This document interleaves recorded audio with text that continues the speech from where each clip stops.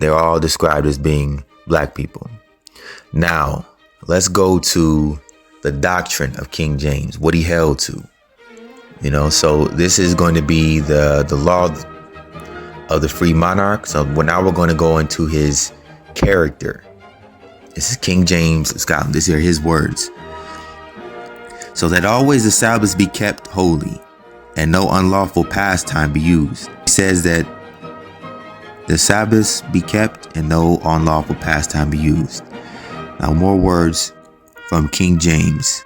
And he says here, I have the papists of this land to be admonished, that they presume not so much only upon my lenity, because I would be loath to be thought a persecutor, as thereupon to think it lawful for them daily to increase their number and strength in this kingdom.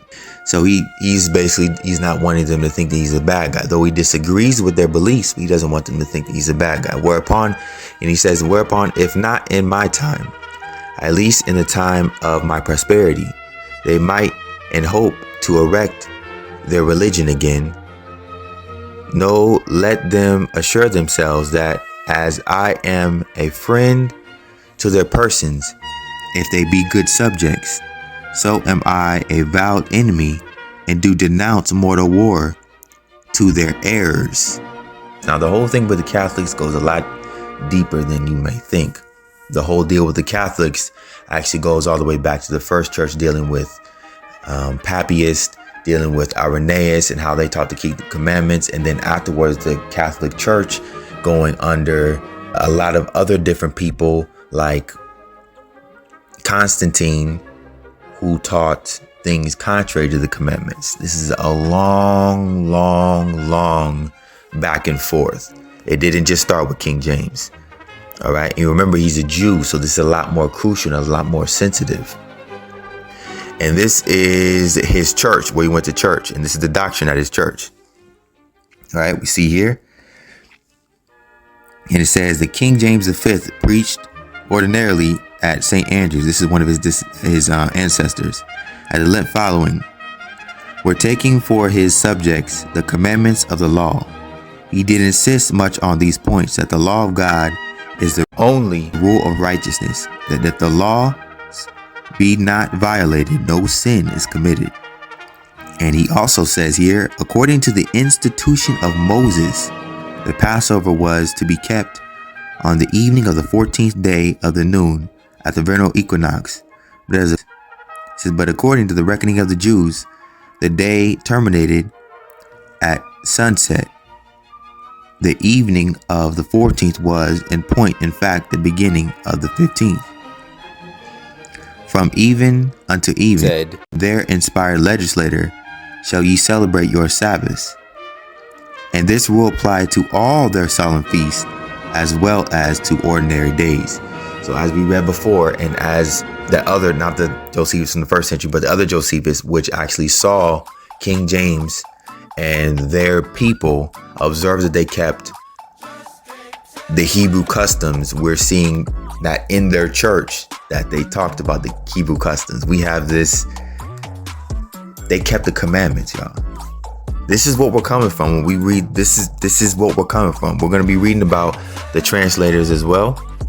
And now we're going to address some other things about King James' character, about his mother. Now, read this when you get the chance, and just to go over a synopsis of what it goes over. It goes over in language between King James when he was talking to Elizabeth I about the death of his mother. And they were going back and forth. You can read this letter. It's a very long back and forth. And he was pleading with her not to execute his mother. And she was telling him basically that she felt that she had no choice. And it was a back and forth. He felt some type of way about his mother being killed. He did not like it. So I do want to address that. Another thing I want to address. People saying King James is a Mason. Yeah. So we're going to hear from an actual Mason. All right.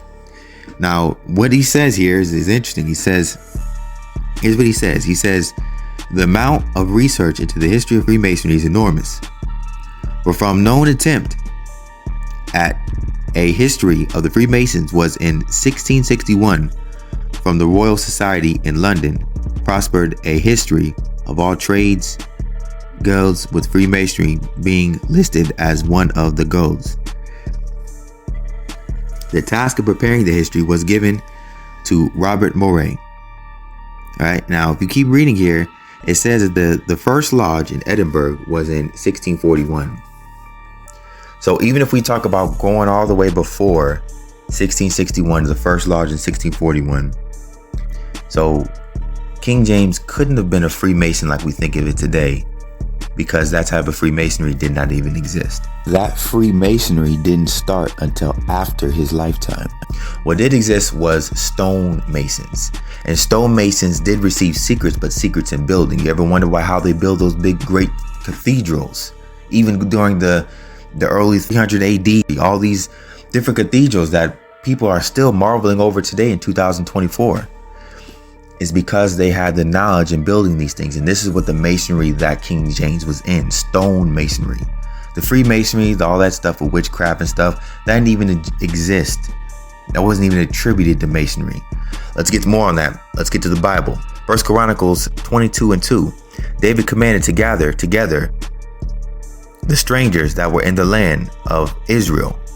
And he set masons to hew wrought stones to build the house of God. They're builders. That's what a mason is. So it's impossible for him to have been a Freemason like we think of it today, because it didn't even exist. Just want to address that. Now, the other thing we're going to address, a bunch of lies from Sir Anthony Weldon. And Sir Anthony Weldon did say a lot of things about King James here. We're going to be reading from this source right here, the scholar. And it says here that the clerk of the Green Cloth in the Royal Court, Anthony Weldon, was knighted by King James, but subsequently dismissed in 1617 after James found racist writings by Weldon's about the king's native Scotland. So it's talking about the natives of Scotland, racist writings. I doubt the racist writings about, oh, the color of your hair is this. No, it was about them being of a different race.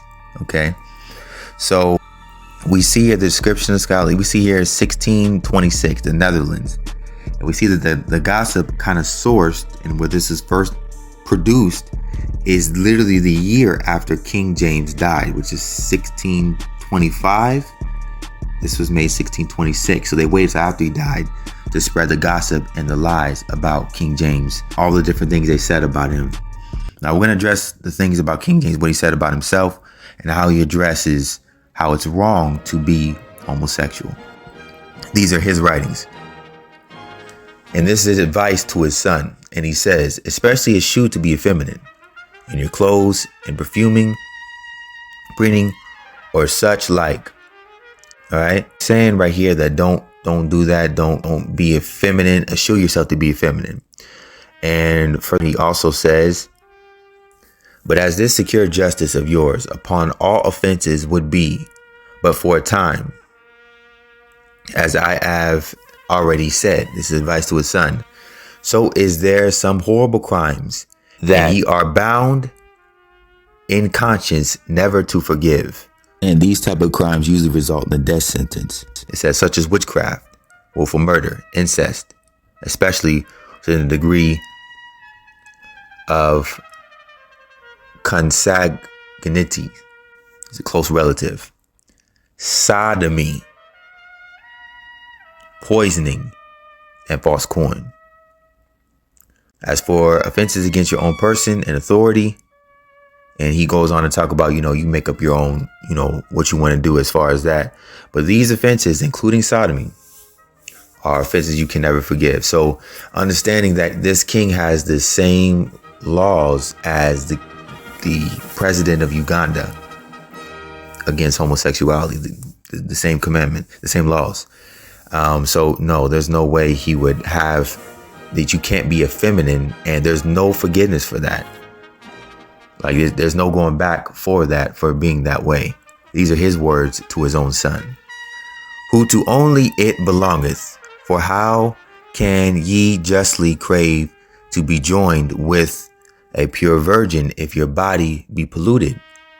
Why should the one half be clean and the other defiled? So what he's saying right here is that he's telling his son to stay pure.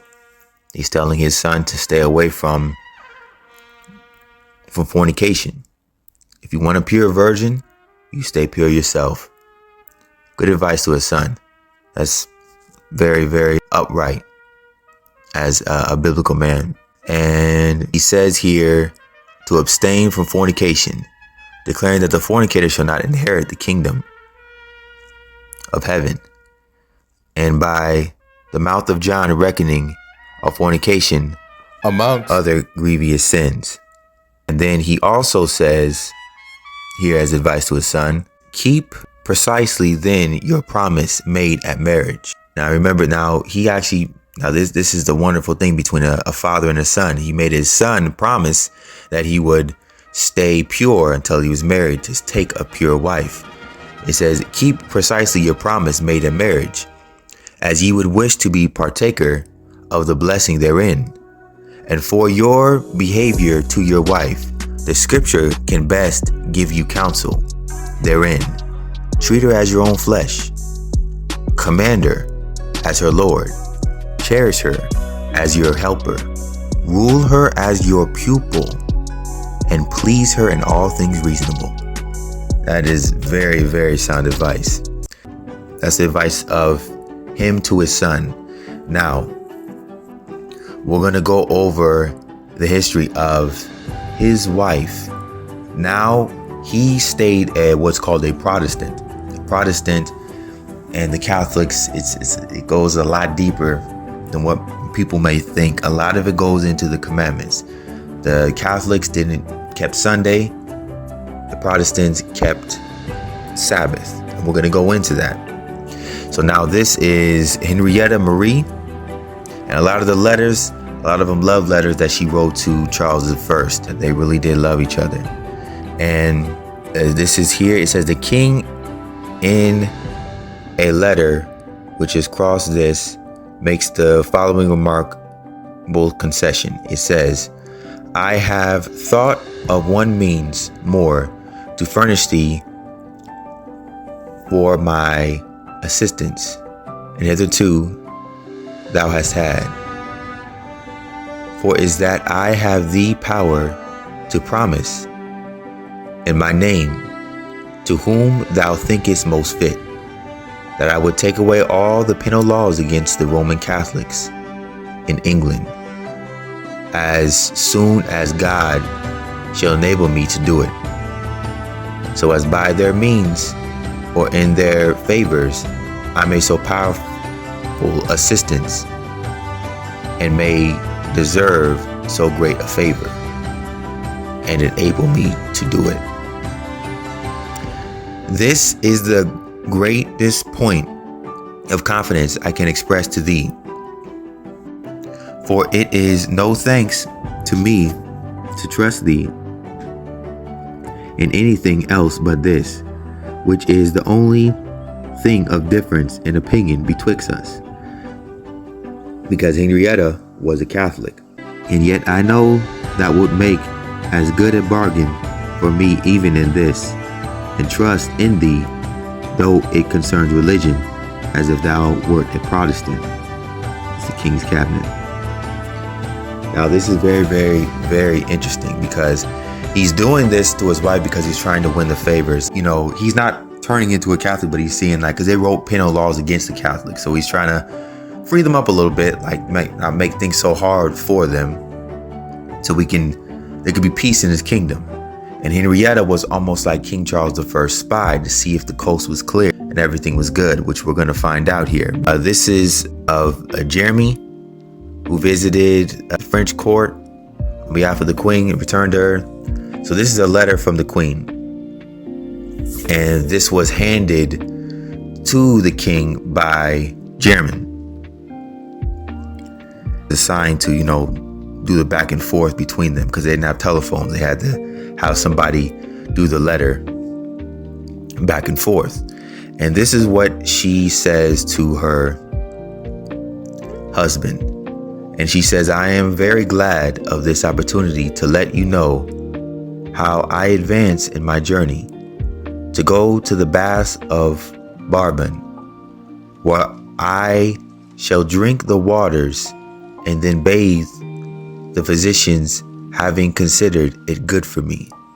Thank God I am a little better, and hope the waters will prevent the dropsy which is feared.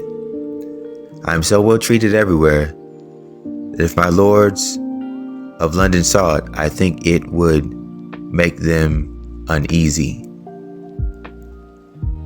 And she goes on to say that Chairman will return and give him all the particulars, and she says that I am very weary. So this is the letter that she wrote to King Charles. Now, we're going somewhere with this. I want y'all to follow me on these letters, these back and forth with King Charles I and his beloved wife. And it says here, this is the perfect occurrence. All right. These are some other people, acquaintances of King Charles I. They write, the Queen, as it is certified by letter from Paris, hath not been in that city, but passing by it. Prince D. Harcourt and 2 doctors also were sent out of Paris to meet her, and to go along with her to the king's house by Bourbon waters. Whether with them she will drink of those waters, but will the Bourbon waters cure her? There are other waters set open for her to drink in the Protestant church. The waters of repentance, the waters of the gospel, to wash her from popery. Oh, that she would wash in these waters and be clean. So he's hoping that basically when because she was sick, washing herself, that she would repent of being Catholic, because that's what popery is. It's Catholicism. After she washed. Now, this is the letter that she writes to Charles after she goes, she kind of sees what the Catholics are doing, and she lets King Charles know what's going on. And she writes, and not to dismiss your army till all is concluded, and not to go to London till the Parliament is ended. Think of Ireland. There is a secretary of the Catholics who has come from them, who says that the peace is not made as you expected. Tell Digby that I am not angry with him, as they would persuade him at Oxford. Now, I want to get a real good understanding of what's going on. King Charles at first, remember when he was trying to get rid of the penal laws, he wanted to make peace with them. She's letting her husband know, it's the coast ain't clear. They still have animosity. And it says, there are as many reports at Paris, if I would believe them, as in any place in the world. And above all, take care not to assist in deceiving yourself in the treaty. So he's telling her husband, please don't deceive yourself in a treaty. She's trying to tell him that the peace you're seeking, they don't want peace. As we have done before in many things, of which we have repented. Because she wanted them to unite and the Protestants go together. But she's saying she repents of that. A lot of people don't know that of the popery, she actually repented of that. Because she was trying to make peace. She was trying to be the go-between because she loved her husband over there. And she found out on the way where I was trying to get better, I found out King Charles, it ain't good. They don't mean well. She says afterwards, but too late. As of the perpetual parliament, this peace is as dangerous if you do not take close heed to it and do it for my sake. For according to what it is, shall I consent, or not to my return, which is the only hope that makes me live, that of seeing you again. Adieu, my dear heart. So she really loves her husband, and she was worried about his safety. A lot of people know the conclusion of what happened. Now we're going to go to the book of sports, which is a very key factor in all this. This book was opposed by certain Puritans. Puritans, Catholics, they act like they're not Catholics, but we're going to find out that they're all in the same boat, except for the early Puritan. But this is Cromwell, the Puritan Catholic. Cromwell, in response to the book of sports, this is what he stated. It's in the museum, and he states in his rules, if you were caught playing sports on Sunday, you could be whipped. Sundays were to be treated as a special day, with no work done on that day, unnecessary walking, or women even caught working were put in the stocks. So they literally grabbed women and put them in the stocks for working on Sunday. They whipped you if you worked on Sunday. Family, there's absolutely no law against working on Sunday. In the Bible, no such commandment exists. But yet, this is what Oliver Cromwell was doing. And so King Charles wrote in his book against what they were doing because it's unjust. And he says, in the prohibiting and unlawful punishing of our good people for using their lawful recreation and honest exercise upon Sunday and other holy days, after the afternoon sermons or service, we now find that two sorts of people wherewith that country is infected. We mean much Papists and Puritans have maliciously traduced. And he also states here that surely no people of what party or persuasion forever in their right wits except the Papists would be granting a license to sin or break the Sabbath. But it is to be hoped that what liberties of this kind that have been formerly. So he says no people in their right wits, except the Papists, would be for granting a license to sin or to break the Sabbath. Why? Because they wanted to keep Sunday, not the Sabbath. So this is a back and forth. And this literally is why King Charles was unfortunately executed. And he says here, this is regarding his father. And remember all that advice that his father gave him. He actually spoke up about his father and spoke up about the character of his father, because you remember his father poured into him.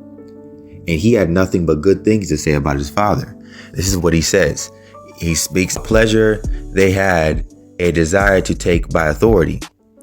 For as to his own practice, I cannot find, but that it was all of a piece, devout, regular, and innocent, and constant at church publicly, and pious in private retirement, free from popish superstition, indulgence, or popperies in religion.